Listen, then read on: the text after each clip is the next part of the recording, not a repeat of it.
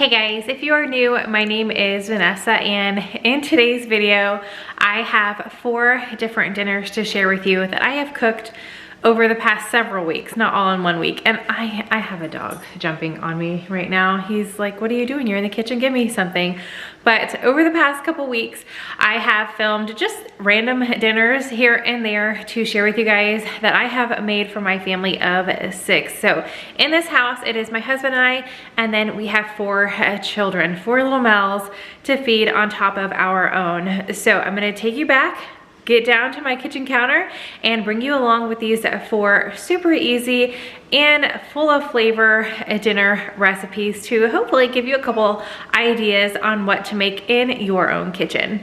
Okay, what is for dinner in my house tonight? So I am making a sheet pan meal. However, because my oldest daughter does not like to eat meat, I'm separating it, but you could totally put this all together on one pan and be good to go.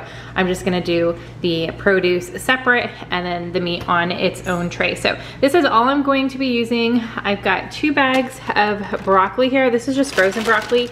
You could use fresh as well. I've got some sausage. I'm only going to cut up half of this package. So 5 links, and then the other 5 will just go back in the freezer for a future dinner. And then I'm gonna cut up 1 bag, but if I feel like I want to cut up the other one, then I will. If not, I'll save this for a future dinner as well. So we'll see how many potatoes I actually cut up. And then as far as like seasonings and stuff, I've got some barbecue sauce that I'm going to put on the sausage. And then for the broccoli, I'm going to season it with this cheesy seasoning blend I got from Trader Joe's. You can really just scour your seasoning cabinet or drawer, wherever you keep them, and see what you've got. Use your favorites. I'm just trying to utilize, I have like way too many seasonings, so I'm trying to get through as many as I can with these dinners. And then for the potatoes, I'm going to season it with this 21 seasoning salute. One like just go-to combination of seasonings is salt, pepper, garlic powder, and onion powder. If you have those, you could use that on both the broccoli and the potatoes and be good to go. But having the barbecue sauce for the sausage is really scrumptious. So let me go ahead and get these potatoes prepped because those have to bake the longest. I do have my oven preheating to 425 degrees. All right, I am just going to do 1 bag of the potatoes. So I'm gonna save those potatoes. I'll figure out something to do with them, but I just diced them, put them in a bowl, drizzled some olive oil, and about 5 heavy shakes of the 21 seasoning salute. I do not measure my seasonings. I just kind of eyeball it. So all of them look really good. My oven is ready at 425, and I'm gonna put these in for 15 minutes. Okay, 15 minutes is up. I added in my broccoli. Since my broccoli is frozen, I did go ahead and steam it in the microwave for 4 minutes, and then I added a little bit of olive oil and that cheesy seasoning blend, mixed them all together, and now I added it to my pan. My oven is still at 425. I'm going to put this on the top rack just because we like our broccoli a little more on the crispy side, so I really want to make sure that the broccoli is cooking nice and well. So this is gonna go into the oven for another 10, maybe 15 minutes. Like I said, I'm just gonna keep an eye on it, check it at 10 minutes, see if my potatoes are tender enough and if the broccoli is the crispiness that we like. Okay, and let's not forget about the sausage. So I cut up those 5 links into little bite-sized pieces and got them in a bowl. I probably used about 1/4 of this barbecue sauce, not even close to half, and just stirred it all together so the barbecue sauce is on all of the pieces. Now again, if you wanted to make this a true like full just 1 sheet pan dinner, you could put this in the middle of your larger sheet pan and the broccoli and potatoes around the side and cook it all together. But I do want to cook my meat separately. So I am sticking this into the same 425 degree oven just on the middle rack for the same amount of time, the 10 to 15 minutes. Okay, dinner is served. So we've got our sausage with the barbecue sauce and then potatoes and broccoli. I've just made 1 plate right now, but definitely plenty since only 5 of us are eating the sausage. And then that's why I was gonna double up on this, but I think this will be fine. And then I'll have more potatoes and broccoli for another meal, but just quick and easy in the oven, sheet pan meal, minimal cleanup, but this is what we are having for dinner tonight. All right, you guys, for dinner tonight, I am making a sheet pan nacho meal. However, I originally was going to add a whole bunch of stuff to it, like chicken and black beans, and then I got to thinking and I was like, well, one of my kids doesn't eat meat. A couple of the other ones don't like beans at all, like black beans. So I am just going to do your basic tortillas and cheese.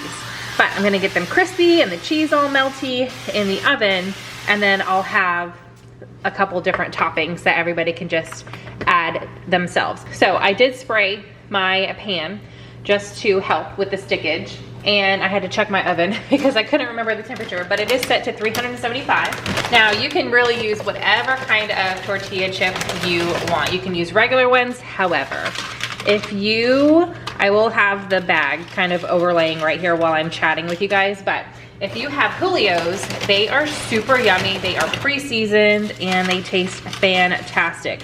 So that is what I'm using. I'm just gonna put a light layer down all over my pan.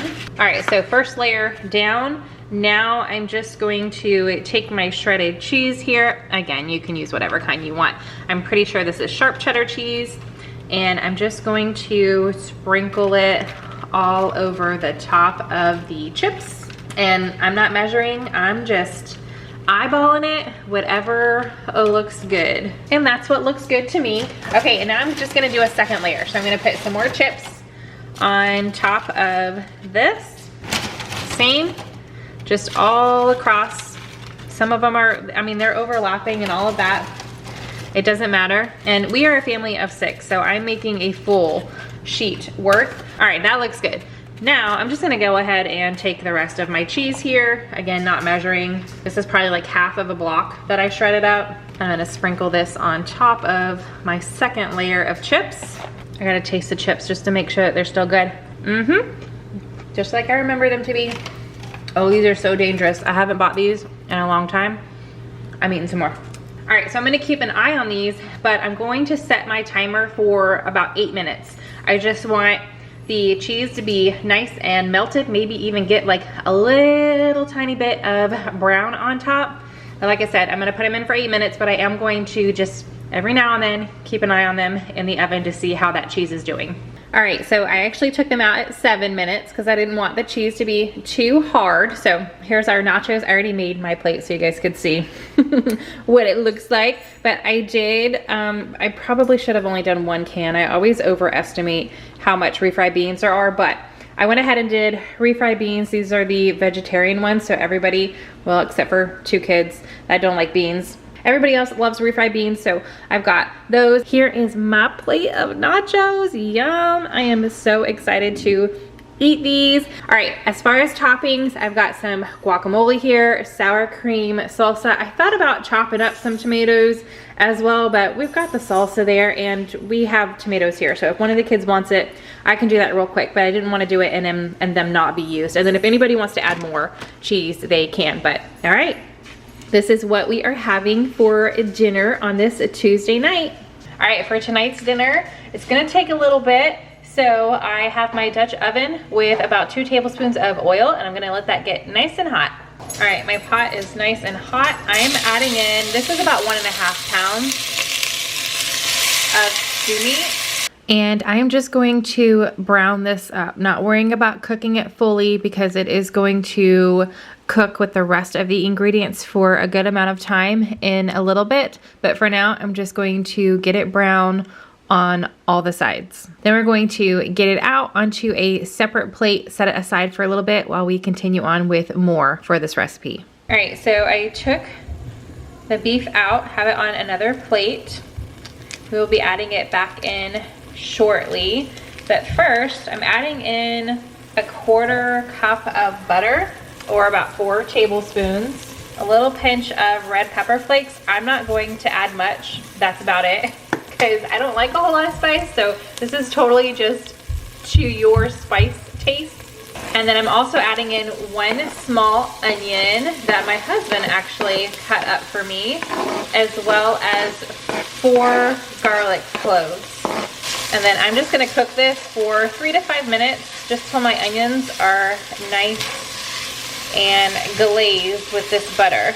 Okay, that looks good. I'm going to add in 1 and 2 teaspoons of paprika and half a cup of flour. I'm just going to mix this in until it has absorbed most of the liquid in here. Okay, adding in 1 cup of warm water, and now I'm using a whisk to mix this all together. Just kind of scrubbing against the bottom to get any of the bits off of it. All right, I'm adding in 1 can, 15 ounces of tomato sauce, 2 bay leaves, 1/4 teaspoon of thyme, just a little shake of some ground cloves, 4 cups of beef broth, and then salt and pepper to taste. So I'm just gonna put in about 2 little pinches of salt and a pinch of pepper. I'm going to whisk all of these together. Oh, I want it to come to a simmer. It is starting to get a little bubbly on the top here. So now I'm putting my beef back in here. I'm gonna keep it at the medium low, get my lid on, and I'm going to let this simmer for 2 hours. I am gonna come back maybe about every 30 minutes or so and give it a good mix. All right, 2 hours is up. Now I'm going to add in about 2 cups of baby cut carrots. I'm going to just stir this up a little bit, always scraping the bottom, and I'm going to let these cook for 30 minutes with the lid back on. Other countdown is done, so 30 minutes is up, and now I'm adding in 1 pound of potato gnocchi. I'm gonna stir this in, put the lid back on, and let it cook for another 10 minutes. Second countdown is done, and now we're just going to add a few more things before we serve it up. So I'm adding in a tablespoon of balsamic vinegar. I'm going to take out those 2 bay leaves and add a little bit of parsley as well. I didn't really measure the parsley. I kind of just grabbed a bunch off and roughly chopped it. So however much or however little you enjoy.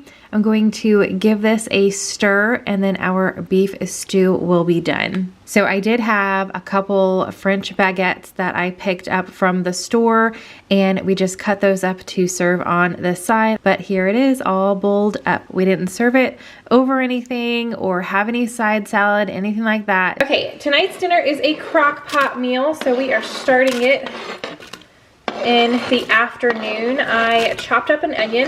I'm adding that to the bottom of my pot. I do like to use liners, just makes the cleanup a little easier for me. All right, and then I'm adding my chicken. And these chicken breasts are pretty large, so you could add, you know, about 2 pounds. I'm just adding in 3 chicken breasts. Next up, I'm adding in a total of 30 ounces of tomato sauce. I have 2 15-ounce cans. All right, I am running low on fresh garlic, so I have this crushed garlic that I keep in my freezer. Same with the ginger. So I'm gonna put in 1 ginger and 3 garlic. So there's my 3 garlic, and over there is my ginger. All right, I'm adding in a teaspoon of curry powder, 1 tablespoon of garam masala, 1 teaspoon paprika, about half a teaspoon of salt, and 1/4 teaspoon of pepper, and half a teaspoon of ground turmeric. Okay, I'm just gonna stir this together a little bit, getting the seasonings a little bit better mixed in with the tomato sauce. You could do this in a separate bowl and then pour everything on top, but honestly, I didn't even think about that until just now. But I probably wouldn't have done that anyway because it'll be just fine doing it this way. And it saves me a dish. If you can't tell, I definitely don't enjoy doing dishes. I don't know what it is. I don't enjoy it. So I try to not dirty up as many dishes as I can.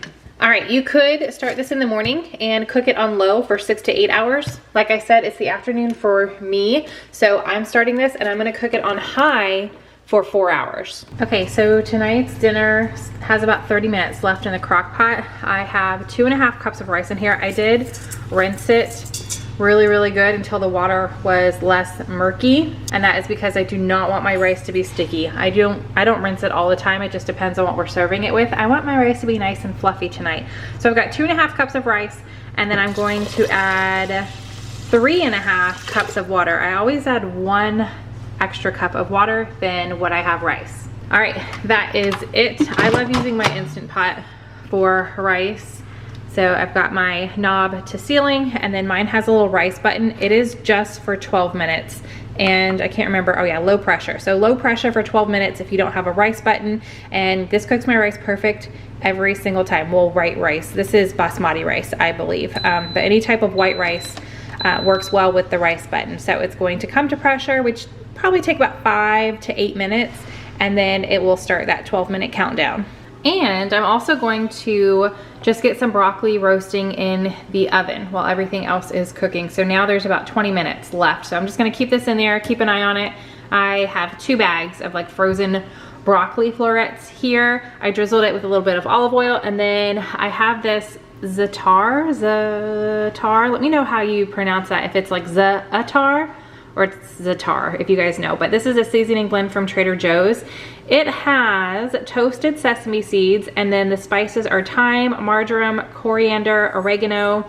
There's chickpea flour, sea salt, sunflower oil, citric acid, and lemon oil. So that sounds really good. I just kind of sprinkled it all over the top. My oven is preheated to 400 degrees, and I'm just going to, like I said, pop this in there, keep an eye on it, but I'll probably leave it in there the entire time until the rest of dinner is ready. All right, my timer is up. I pulled the chicken out and shredded it with my hand mixer, of course. So now I'm going to get my chicken back into my crock pot with all the seasonings and the tomato sauce. Back into my crock pot the chicken goes, as well as 3/4 cup of coconut milk and 1 teaspoon of garam masala. So earlier we added a tablespoon, and now I'm adding a teaspoon. Okay, I'm just going to mix this, and then everything will be done and we can make our plates. All right, dinner is served. So we've got our crock pot chicken tikka masala, our broccoli with that seasoning blend on there. I have some naan bread that I just put a little olive oil on and baked it in the oven at 400 for about, well, it was probably like 5 to 6 minutes. And then the rice. So a couple plates have already been made, but I do have mine over here. And yes, I'm gonna eat an entire piece of naan because I love Indian food. It is one of my favorites. I wish the kids liked it more because I would definitely make it more often. So I've got a big scoop of rice. I probably doubled up on the chicken because I like to put extra chicken in my naan bread, and you can see all the juices from the tomato sauce and seasonings running all over my plate. That's gonna be super yummy. And then the broccoli. So that is what we are having for dinner tonight. And I'm pretty sure this is the last dinner that I'm going to be sharing with you guys in this video. All right, so I hope you guys enjoyed those. I don't actually share what's for dinner type videos that often, but if you do enjoy them, I could definitely start making a few more. So just give this video a big thumbs up. That's a super easy and free way to let me know that you enjoyed it. Subscribe if you are new. I would love to have you join me. I share a lot in my kitchen, but I am getting into sharing a few other things here and there, just whatever I am getting into on certain days. So I'd love to bring you along with me. But other than that, I hope you guys are having a fantastic day, and I will see you in the next video. Bye.